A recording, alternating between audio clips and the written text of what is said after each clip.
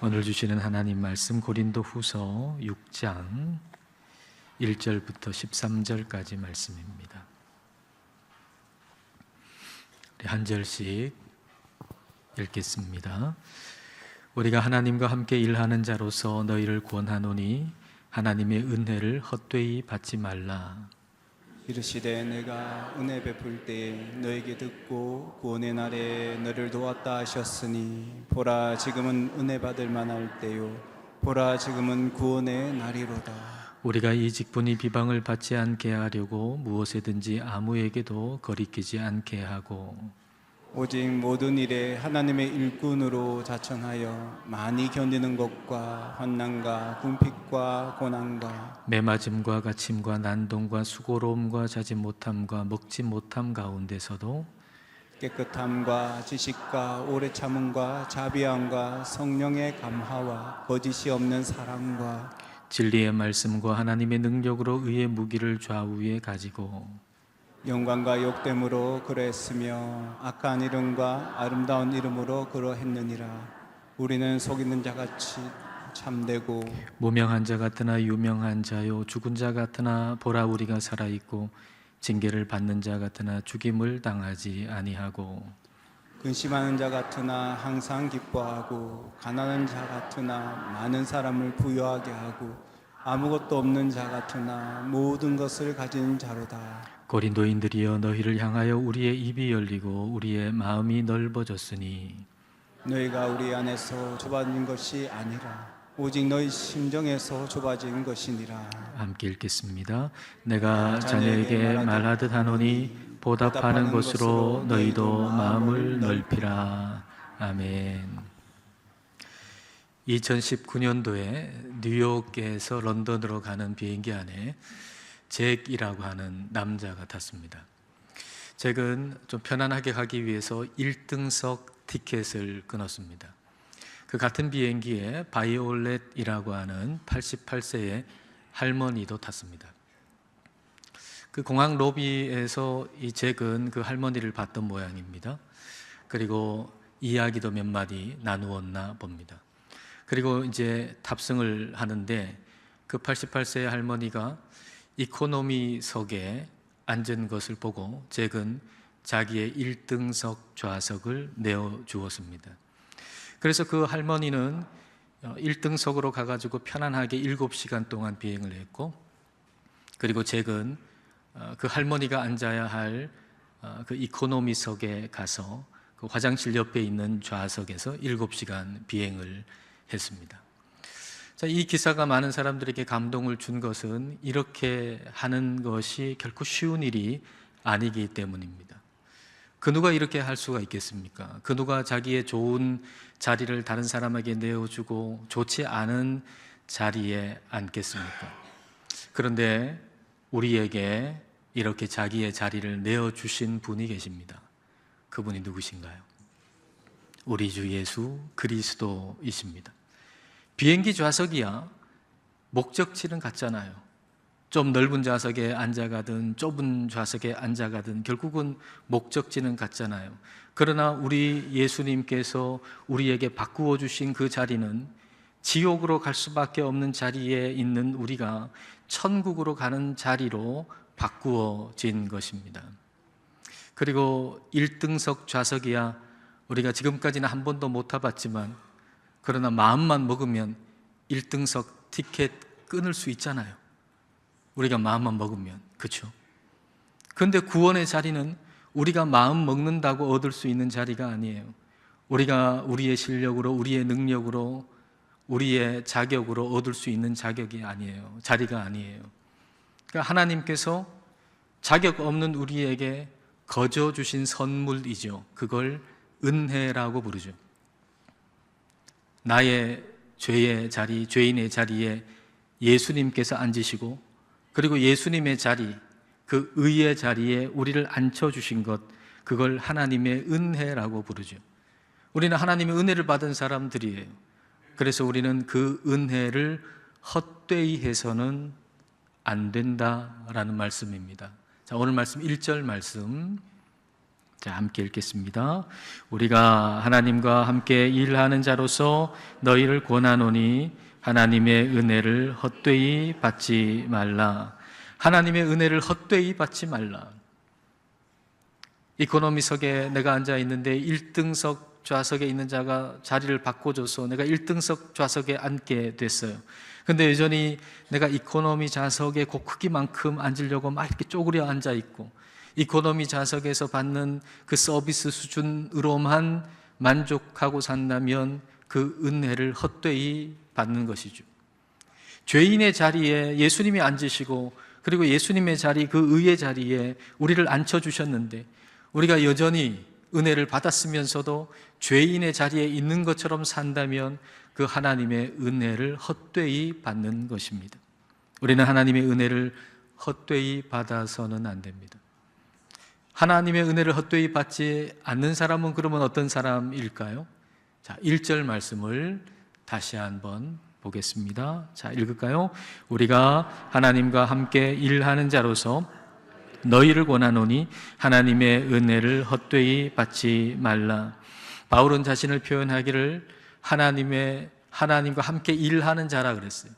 하나님과 함께 일하는 사람, 하나님의 은혜를 헛되이 하지 않는 사람은 하나님과 함께 일하는 사람입니다. 하나님과 함께 일하는 사람이라는 것은 내 일을 하나님이 도와주시는 게 아니고 하나님의 일을 내가 거기에 참여해서 하나님의 일을 함께 하는 사람을 이야기하는 것이죠. 하나님의 은혜를 헛되이 하지 않는 사람은 하나님과 함께 일하는 사람, 하나님의 일에 참여하는 사람입니다. 그러면 하나님의 일에 참여하는 것을 우리는 언제부터 할 수가 있을까요? 이 질문에 많은 사람들은 지금 하는 일 끝내고 나면 하겠다 그럽니다. 내가 대학 가고 나면, 그리고 이 직장 은퇴하고 나면, 그리고 아이들 지금 키우고 있는데 아이들 다 키우고 나면 그 다음에 하나님의 일을 하겠다고 얘기합니다. 그러나 하나님의 일을 하는 것은 나중 어떤 때가 되어서가 아니고 바로 지금 오늘 해야 할 일입니다. 자, 2절 말씀을 볼까요? 자, 함께 읽겠습니다. 이르시되 내가 은혜 베풀 때에 너에게 듣고 구원의 날에 너를 도왔다 하셨으니 보라 지금은 은혜 받을 만한 때요 보라 지금은 구원의 날이로다. 은혜 받을 만한 때, 구원 받을 만한 때가 언제라고요? 지금이다, 오늘이다 라고 하는 거죠. 나중이 아니고 바로 지금이다. 그러면 은혜 받은 자답게 살아가는 것도 역시 먼 미래 어느 날이 아니라 지금 오늘이라는 거죠. 공부하는 학생이라면 지금 학교 다니는 게 하나님의 일이에요. 나중에 졸업하고 나서 대학 가가지고 하나님의 일을 하는 것이 아니라 지금 학교를 다니고 있는 그게 하나님의 일이에요. 하나님께서 내게 베풀어 주신 은혜가 나타나기를 기도하면서 한번 등교해 보십시오. 학교에서 공부를 잘하고 우수한 성적을 얻고 무슨 상을 받고 그래야 하나님께 영광을 돌리는 게 아니라 하나님이 자격 없는 나를 선택하셔서 하나님의 자녀가 되게 해주셨다는 걸 감사하는 마음으로 오늘 수업에 참여하고 오늘 선생님을 대하고 오늘 내 학급의 친구들을 대하는 것, 그것이 하나님이 그 학교에서 일하시는 것에 참여하는 것입니다. 직장 은퇴하고 나서가 아니고 지금 그 직장 다니고 있는 게 하나님의 일입니다. 하나님이 내게 베푸신 은혜가 나타나기를 기도하면서 한번 출근해 보십시오. 그 회사에서 내가 엄청난 업적을 남겨서 대단한 일을 해서 하나님께 영광을 돌리는 게 아니라 나같이 자격 없는 자를 하나님이 하나님의 자녀로 삼아주신 걸, 그 은혜를 감사하면서 오늘 만나는 그 직장의 사람들을 대하고 그리고 오늘 내게 주어지는 그 일을 행할 때, 그때 하나님이 그 회사에서 일하는 일에 참여하는 것이 되는 것이죠. 아이들 키우는 것도 그렇습니다. 아이들 다 키우고 나서 하나님의 일을 하는 게 아니라 아이들 키우는 게 하나님의 일입니다. 하나님의 방법으로 그 아이들을 대하는 것, 그것이 하나님의 일입니다. 우리는 은혜보다 율법으로 우리 아이들을 대하고 가르칠 때가 참 많아요. 저도 실수를 많이 했어요. 은혜로 아이를 대하기보다는 율법으로 아이를 대할 때가 너무 많았어요.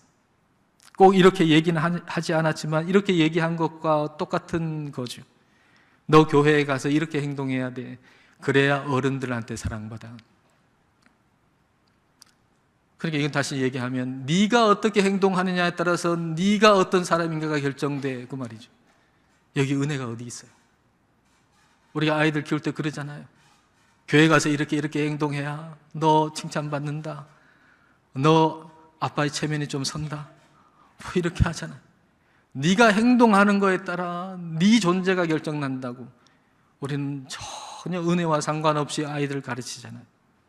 어떤 분이 은혜의 진리, 하나님의 은혜가 뭔가를 깊이 깨달은 다음에 자녀를 양육하는, 대하는 방법이 달라졌다는 걸 글로 썼는데, 그 아들의 이름을 제가 남수라고 이름을 바꿔서 한번 읽어드리겠습니다. 나는 아들에게 남수야, 그런 행동을 하다니 너는 나쁜 아이야 라고 말하곤 했다. 아이의 행동을 바탕으로 성격을 규정지었던 것이다. 하지만 이윽고 하나님은 나를 그렇게 대하지 않으셨다는 것을 깨닫게 되었다. 하나님은 내 행동을 보고 나를 하나님의 자녀로 삼아 주신 것이 아니라 하나님의 은혜로 나를 자녀 삼아 주셨다. 그분은 내가 한 일이 아니라 그분과의 관계를 기초로 나를 규정하신다. 우리 부부는 하나님이 우리를 대하신 방식으로 아이들을 대하기 위해 아들에게 남수야, 그러지 마라. 너는 우리 아들이잖니 라고 말하기로 했다. 기본적으로 아들에게 사랑받을 만하게 행동해라 라고 말하기보다는 사랑하는 아들아, 너답게 행동하거라 라고 말하는 것이다. 여러분, 어린 자녀들 키우는 우리 젊은 부모님들 얼마나 힘드세요? 아이들 키운다는 거 얼마나 힘든 일입니까? 그러나 그게 하나님의 일입니다. 아이들 다 키우고 나서 하나님의 일을 하는 게 아니라 그 아이들을 하나님의 방법으로, 하나님의 방법은 그 은혜잖아요. 그분의 은혜의 방법으로 아이들을 대하고 아이들에게 말하고 아이들을 가르치는 게, 그게 하나님의 일에 참여하는 것입니다. 하나님의 은혜를 헛되이 받지 않는다는 것은 하나님의 일에 오늘 참여하면서 살아가는 거죠. 그런데 이게 결코 쉬운 일이 아니에요.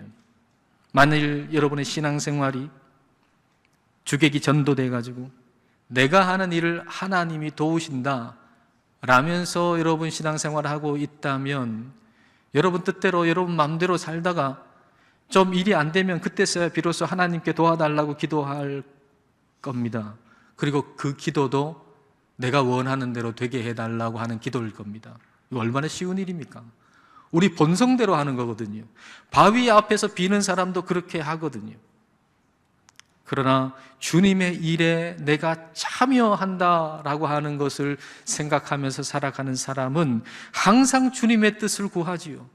그리고 하나님의 이름을 생각하면서 언제나 주의하고 자기 절제를 하게 되는 것입니다. 결코 쉬운 일이 아니죠. 3절부터 5절을 볼까요? 우리가 이 직분이 비방을 받지 않게 하려고 무엇에든지 아무에게도 거리끼지 않게 하고 오직 모든 일에 하나님의 일꾼으로 자천하여 많이 견디는 것과 환난과 궁핍과 고난과 매맞음과 갇힘과 난동과 수고로움과 자지 못함과 먹지 못함 가운데서도 하나님의 은혜를 받고 하나님의 일에 참여하는 자로서 오늘을 살아가기 때문에 하나님이 비방받지 않게 하려고, 하나님의 복음이 비방받지 않게 하려고 자기 절제를 하는 것이죠. 그렇게 하나님의 일에 참여하면서 온갖 고난도 있고 매를 맞는 일도 있었고 먹는 것, 자는 것까지도 어려움을 당하는 일을 겪었다는 거예요. 그러나 하나님의 일에 참여하는 자에게 하나님의 일에 참여하면서 살아갈 힘을, 거룩한 삶을 살아갈 힘을 우리 하나님께서 주시는 겁니다. 그 능력, 하나님께서 주시는 능력, 그게 바로 6절과 7절이죠. 자, 6절과 7절 같이 읽겠습니다. 깨끗함과 지식과 오래 참음과 자비함과 성령의 감화와 거짓이 없는 사랑과 진리의 말씀과 하나님의 능력으로 의의 무기를 좌우에 가지고, 이것은 은혜에 합당한 삶을 살아갈 능력인데 이것까지 하나님이 주신다는 겁니다. 하나님은 우리에게 은혜를 베푸셔서 죄인의 자리에서 예수 그리스도의 자리로, 의의 자리로 우리를 옮겨주셨어요. 근데 그 은혜를 헛되이 하지 않는 사람에게는 그 은혜에 합당한 삶을 살아갈 능력까지도 하나님이 주신다는 거죠. 그 은혜에 합당한 삶을 살아가는 것도 하나님의 은혜라는 것입니다. 자, 고린도전서 15장 10절 바울의 고백을 여러분 한번 보세요. 그러나 내가 나 된 것은 하나님의 은혜로 된 것이니 내게 주신 그의 은혜가 헛되지 아니하여, 하나님의 은혜가 헛되지 아니하여 내가 모든 사도보다 더 많이 수고하였으나 내가 한 것이 아니요 오직 나와 함께 하신 하나님의 은혜로라. 하나님의 은혜가 헛되지 않았다라고 하는 걸 두 가지로 얘기하잖아요. 첫 번째는 수고하는 삶. 은혜 받은 자답게 수고하고 애쓰고 섬기며 살아갔다는 거예요. 하나님이 베푸신 그 은혜 때문에 그런 수고, 그런 사명 감당했다는 거죠. 그리고 또 한 가지는 그렇게 수고한 것도 하나님의 은혜라는 거예요. 그렇게 수고한 것도, 그렇게 애를 쓴 것도, 그렇게 열심을 낸 것도 그 다 하나님의 은혜라고 고백하는 겁니다. 여기에 내 의, 내 자랑이 없잖아요. 내 의, 내 자랑이 없어요. 내 수고에 대해서 내 자랑이 끼어들어가면 하나님의 은혜를 헛되이 하는 거예요. 하나님의 은혜를 받아가지고 분명 그 사명을 시작했는데, 하나님의 은혜를 받아가지고 분명 그 일을, 그 사역을 시작했는데 우리는 그 사역을 다 하고 나서 이거 내 힘으로 했다고 내 자랑을 하잖아요. 그게 하나님의 은혜를 헛되이 만들어 버리는 거예요. 하나님의 은혜를 헛되이 받으면 사람들이 나를 어떻게 평가하는가가 중요하거든요. 그래서 나를 좋게 평가하는 사람과 그렇지 않은 사람을 싹 나누는 거예요. 교회 안에서도 그렇게 나누어 버리는 거죠. 나한테 잘해주는 사람 좋은 사람, 그렇지 않은 사람 나쁜 사람, 거기 은혜가 어디 있어요? 그러니까 하나님의 은혜를 헛되이 해버리면 교회가 은혜 없는 교회가 돼버리는 거예요. 그러나 중요한 건 뭐냐? 하나님의 평가인 거죠. 우리에게 중요한 것은 하나님의 평가예요. 자, 8절 전반절 보십시오. 영광과 욕됨으로 그러했으며 악한 이름과 아름다운 이름으로 그러했느니라. 엇갈린 평가죠. 여러분, 우리를 다른 사람들이 평가할 때 다 똑같이 모든 사람이 좋게 평가하는 그런 사람은 존재하지 않아요. 어떤 사람은 좋게 평가하는가 하면 다른 사람은 엇갈린 평가를 하거든요. 바울도 마찬가지예요. 바울이 하나님의 은혜를 받아가지고 하나님의 일에 참여하면서 살아갔는데 그것에 대해서 영광스럽게 여기고 칭찬하는 자가 있었는가 하면 그걸 비난하고 수치스럽게 여기는 사람도 있었어요. 그러면 그 엇갈린 평가 가운데 우리는 어떻게 해야 될까? 우리에 대해서 엇갈린 평가들이 늘 있는데 그러면 우리는 어떻게 해야 되는가? 8절 하반절부터 10절을 보십시다. 자, 함께 읽겠습니다. 우리는 속이는 자 같으나 참되고 무명한 자 같으나 유명한 자요, 죽은 자 같으나 보라 우리가 살아있고, 징계를 받는 자 같으나 죽임을 당하지 아니하고, 근심하는 자 같으나 항상 기뻐하고, 가난한 자 같으나 많은 사람을 부요하게 하고, 아무것도 없는 자 같으나 모든 것을 가진 자로다. 아무것도 없는 자 같으나 모든 것을 가진 자로다. 아무것도 없는 자는 이 세상의 평가예요. 교회 안에 있지만 여전히 세상적인 시각을 가지고 있는 사람들의 평가예요. 그러나 모든 것을 가진 자라고 하는 것은 하나님의 평가예요. 바울은 하나님의 평가로 자기를 평가했어요. 하나님의 평가로 자기를 평가했어요. 하나님의 은혜로부터 출발해서 내가 누군지를 평가해야 돼요.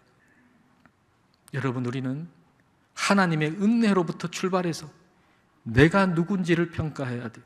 다윗도 그랬잖아요. 시편 23편에 여호와는 나의 목자시니 내게 부족함이 없으리라도. 이 세상적인 시각으로 보면 별것 아닌 사람인데 내게 부족함이 없으리로다 라고 고백하잖아요. 내가 뭔가 엄청난 걸 이루어서 내가 대단한 소유를 가지고 있기 때문에 내가 부족함이 없다라고 평가하지 않아요. 만약 그렇다면 부족함이 없다라고 평가할 사람은 세상에 없습니다. 많이 가지면 가질수록 더 많이 가지고 싶어지고, 많이 오르면 오를수록 더 높은 곳에 오르고 싶어 하는 게 사람이니까, 내가 이만큼 가졌으니, 내가 이만큼 지위에 올랐으니 내가 부족함이 없으리로다라고 고백할 수 있는 사람은 없습니다. 어디서부터 출발해야 이 고백이 가능할까요? 하나님의 은혜로부터 출발해야 돼요. 하나님이 나의 목자시다. 이 고백은 하나님의 일방적인 은혜 때문에 가능하거든요. 내가 뭘 해가지고 하나님이 나의 목자가 되어주신 게 아니에요. 하나님이 일방적으로 우리에게 은혜를 베풀어 주셔서 하나님이 나의 목자가 되어주셨어요. 이 은혜로부터 출발하니까 고백이 내게 부족함이 없으리로다 라고 고백할 수 있는 거죠. 자신을 볼 때, 우리 자신을 볼 때 내 눈에 보이는 현재의 상태로 나를 생각하지 말아야 됩니다. 거기서 출발해서는 안 돼요. 하나님의 은혜로부터 출발해야 돼요. 하나님의 은혜에서 출발해서 자기를 본 사람의 고백이 내게 부족함이 없으리로다 라고 하는 고백이고요. 아무것도 없는 자 같으나, 이거는 사람의 눈으로 볼 때 되어지는 평가죠. 사람의 눈으로 볼 때는 아무것도 없는 사람이에요. 병상에 누워 있어요. 시험에 실패했어요. 뭐 되는 일이 없어요. 그러나 하나님의 은혜로 출발해서 우리를 볼 때 우리는 모든 것을 가진 자로다라고 고백할 수 있는 거예요. 여러분 지금 형편이 어떻든지, 여러분 성공했든지 실패했든지 건강하든지 병들었든지 하나님의 은혜로부터 시작하면 나는 모든 것을 가진 자로다라고 고백할 수 있는 겁니다. 여러분 이 고백을 듣는 것만으로도 우리 마음이 얼마나 넓어집니까? 하나님의 은혜는 우리의 마음을 넓어지게 만듭니다. 자, 11절과 12절을 보십시오. 고린도인들이여, 애광교회 성도들이여, 너희를 향하여 우리의 입이 열리고 우리의 마음이 넓어졌으니 너희가 우리 안에서 좁아진 것이 아니라 오직 너희 심정에서 좁아진 것이니라. 바울이 고린도 교회를 향해서 솔직한 마음을 얘기하고 고린도 교인들을 사랑하는 마음을 얘기하고 그 사랑의 마음이 진실된 것이고 그리고 그 사랑이 크다라고 하는 걸 얘기하면서 바울을 향해서 부정적인 평가를 하는 사람들, 그 사람들에 대해서 말하기를 바울의 마음이 좁아서 너희가 그런 게 아니고 너희 마음이 좁아서 그렇다, 그렇게 얘기하는 거예요. 마치 아버지처럼, 아버지의 사랑의 마음으로 너희 마음이 좁아서 그렇다. 고린도 교회 성도들 중에 바울이 문제가 있다고 비난하는 사람들이 있었거든요. 그러니까 그들의 마음에 바울을 생각하면 자꾸 걸리는 거예요. 여러분, 우리가 어떤 일, 어떤 사람에게 자꾸 마음이 걸리면, 어떤 일을 생각할 때마다 어떤 사람이 자꾸 내 마음에 걸린다고 하면 그건 그 사람에 대한 이야기가 아니라 나에 대한 얘기일 수 있어요. 그 사람의 문제가 아니라 내 마음이 좁아진 까닭일 수 있어요. 그러므로 어떤 일이나 어떤 사람이 내 마음에 자꾸만 걸린다면 그 사람 흉보면서 비난하면서 이리저리 다니지 말고 내 마음을 넓혀달라고 기도하셔야 돼요. 내 마음을 넓혀달라고. 자, 13절 말씀을 읽을까요? 자, 함께 읽겠습니다. 내가 자녀에게 말하듯 하노니 보답하는 것으로 너희도 마음을 넓히라. 너희도 마음을 넓히라. 왜 우리의 마음이 좁아질까요? 왜 하나님 믿는 사람들인데 왜 우리의 마음이 좁아질까요? 그것은 하나님의 일이 아니고 내 일을 하기 때문이죠. 많은 사람들이 어쩌면 우리 자신도 겉으로는 주님의 일인데 실은 자기의 일을 하고 있는 것일지 몰라요. 우리의 마음이 좁아졌다면 그건 겉으로는 하나님의 일을 한다고 하는데 실은 자기 일을 하기 때문인 거죠.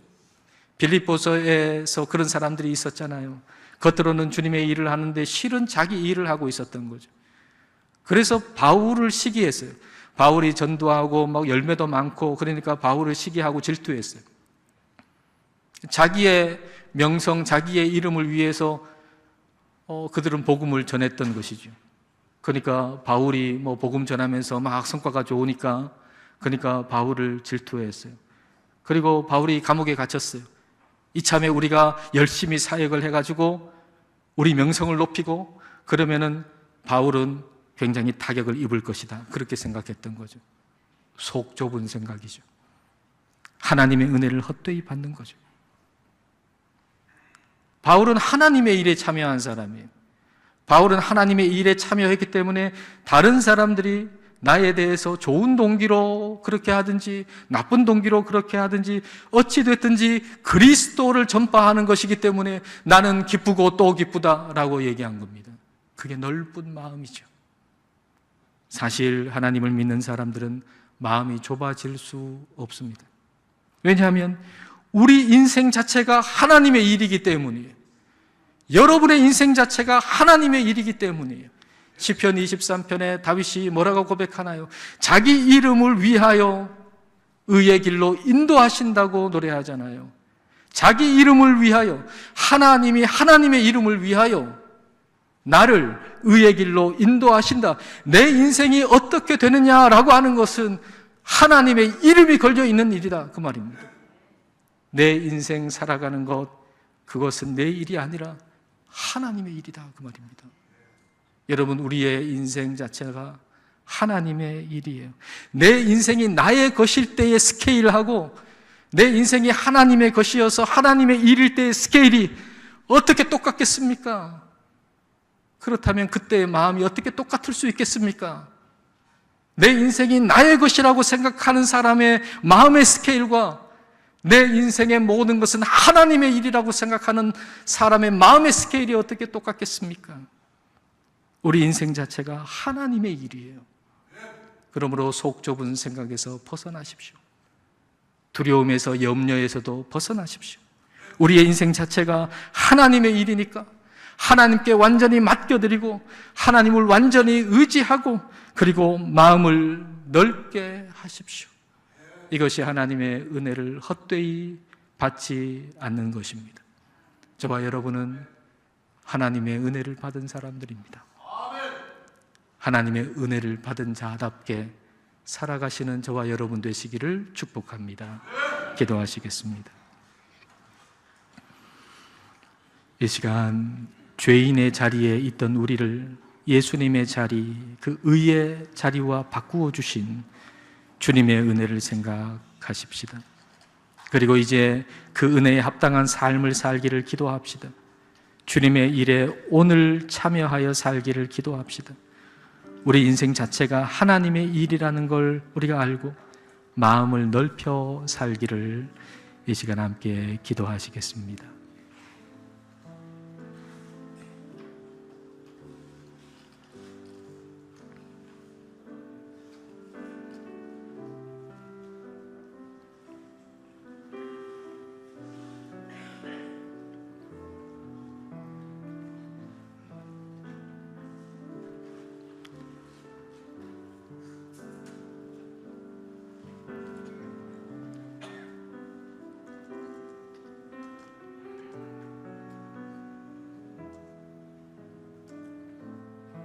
하나님 아버지, 죄인의 자리에서 하나님의 진노를 받을 수밖에 없는 자격 없는 우리에게 십자가의 은혜를 베푸시고 의의 자리로 우리를 옮겨주신 것을 감사드립니다. 성령님, 하나님의 은혜에 합당한 삶을 살게 하옵소서. 하나님의 은혜를 헛되이 받지 않게 하시고 하나님의 일에 오늘 참여하며 살게 하옵소서. 우리에게 베푸신 하나님의 은혜가 오늘 우리의 일터에, 학교에, 가정에 나타나게 하옵소서. 하나님의 은혜로부터 시작하여 내가 누군지를 보게 하시고 우리의 인생 자체가 하나님의 이름을 기억하여 마음을 넓혀 속 좁은 생각에서 벗어나고 모든 두려움과 염려에서 자유하게 하옵소서. 예수님 이름으로 기도드립니다. 아멘.